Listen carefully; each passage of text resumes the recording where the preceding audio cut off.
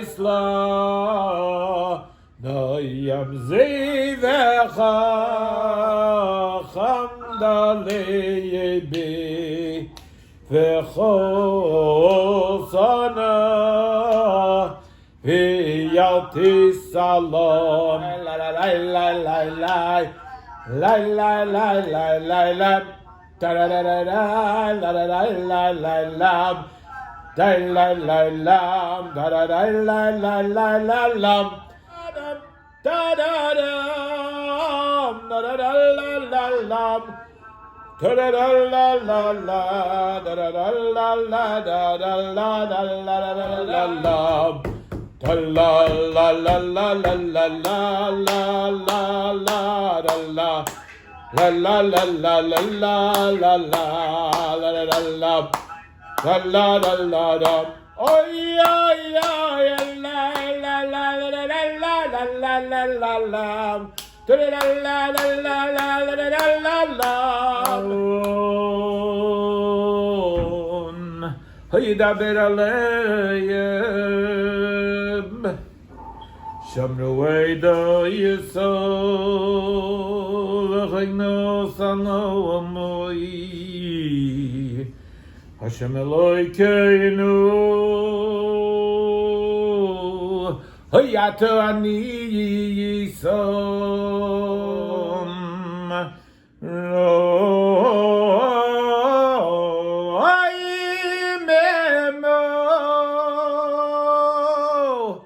Hashem Elokeinu v'yishtachavo al yad kodeshoi ki kodosh Hashem Elokeinu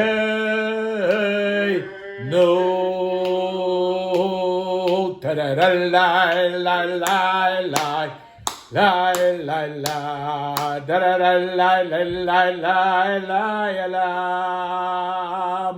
da da da la la la la la la la da da da la la la la la oi oi oh bye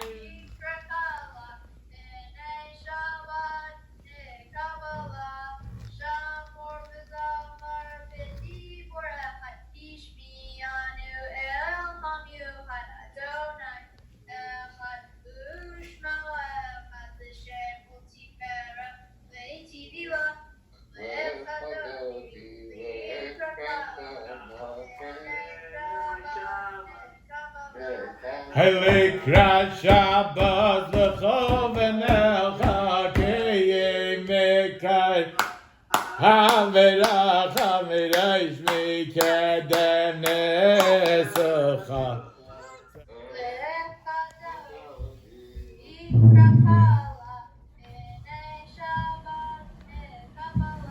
Hoy is narim yafakol Es Shabbos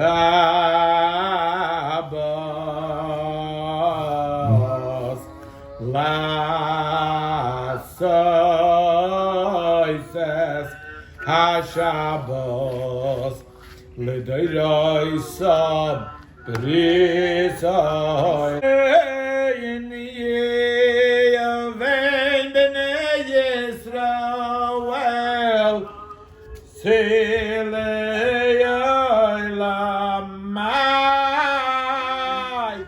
is a story how we can see that how God connects all the dots and we don't even realize that the dots have to be connected. So there was a man, he was born and he was raised in Cleveland, Stuart Mintz. Born and raised in the 50s in Cleveland. And let me tell you something, when he tells over his story, he'll tell you point blank for the first 35 years of his life, the only connection he had to Judaism was he had something called a bar mitzvah. That's it. Before that and after that, nothing. No connection whatsoever. No Yom Kippur, no Rosh Hashanah, no Shabbos, no synagogues. Nothing whatsoever. In 1988, there was a subsidized trip in his community for him and a bunch of friends of his. And that trip was to the Holy Land. So they leave to the Holy Land on a Thursday, and they ended up arriving early Friday morning. They arrive early Friday morning, they're knocked out, they had a good night's sleep. Shabbos morning, they get up early, and they go out, they're staying in Jerusalem, they want to get a taxi, and they look around, there's no taxi to be found. Okay, they'll go get a bus, they're going to the bus stop. But there's no bus to be found. It's Shabbos. In Israel, no taxis, no buses, no shop. It's Shabbos. Shabbos is Shabbos. Everything's closed. They're thinking, what are we going to do? A whole day, our first day in Israel. We don't want to waste a day. So one of his friends says, you know what? Today's the Sabbath. This is Israel, man. Let's go shul hopping. And this guy, Stewart, looks at his friend and says, shul hopping? Are you kidding me? Are you kidding me? I didn't come to Israel to go shul hopping. If I want to go shul hopping, I can do the same thing in Cleveland. I don't need no shuls. I came to Israel to tour, man. And everything's closed on this Shabbos. So I don't get it. Anyway, they decided to go shul hopping. So they must have passed by and stopped in 12 to 15 different shuls. And they saw this one white building that they wanted to go in. And they hear from the window, they hear singing, they hear davening. So they want to go in. But they're scared they're going to go in and make a scene. So they saw a set of steps. So they went up the steps. They go up the stairs, and there's no one there. It's a little room, and they look down, and Stewart says he sees a scene that he used to see in old pictures. What kind of scene is this? He sees a whole bunch of rabbis, old rabbis, draped in their talesim, in their prayer shawls, and they're reading from a small Torah scroll, a very small Torah scroll. And at that time, something hit his mind. He said, this is the same scene back in Europe of the pictures. And this is the same scene back in Spain. And this is the same scene that we see 2,000 years ago. My gosh, 2,000 years ago, you would see a bunch of old rabbis reading from the same Torah scroll, reading from the same thing at the same time on a Shabbos. My friends, this was the turning point in his life. He says, if they can still be doing this, 2,000 years later, they're reading from the same Torah, wearing the same talis and the same everything. There's got to be something to it. There's got to be something to this. So he goes back to Cleveland. And little by little, he starts checking out. He finds a rabbi, learns with a rabbi, and he becomes Shabbos observant and kosher and everything. He's sitting in his house with his parents, and his mother says to him once, this is 10 years after this whole story, after he already became Sabbath observant, Shabbos, Shemesh Shabbos. His mother says to him, you know, I never told you the story about when you were sick in the hospital. He says, Mom, what do you mean? He says, you were a little baby, and you were sick in the hospital was something really bad, and we didn't know what to do. And all of a sudden, there's a knock at the door. I open the door, and there's a rabbi standing there with long white payas, very little beard, no real facial hair. And I said, what can I do for you? He says, my name is Rabbi Menachem Mendel Taub. Now, my friends, this Menachem Mendel Taub was known as the Rebbe of a Hungarian city called Kalev. The Kalever Rebbe did not only survive the Holocaust, the Kalever Rebbe did not only survive the camps, the Kalever Rebbe survived all the experiments of Mengele, and that's why he could not have any children, and that's why he had very little facial hair, because he went through this horrible time with Mengele, Yamach Shemo. So she says, what can I do for you? So listen, I came here to Cleveland. I survived the war. I'm collecting for our Torah scroll, to buy a Torah scroll for our synagogue. All of a sudden he says, and this is 1988, and he says, I'm short $3,500. Just like that. And she turns around and says, if you will make a mishaberach for my son, that he should get better, I will complete the buying of your Torah scroll.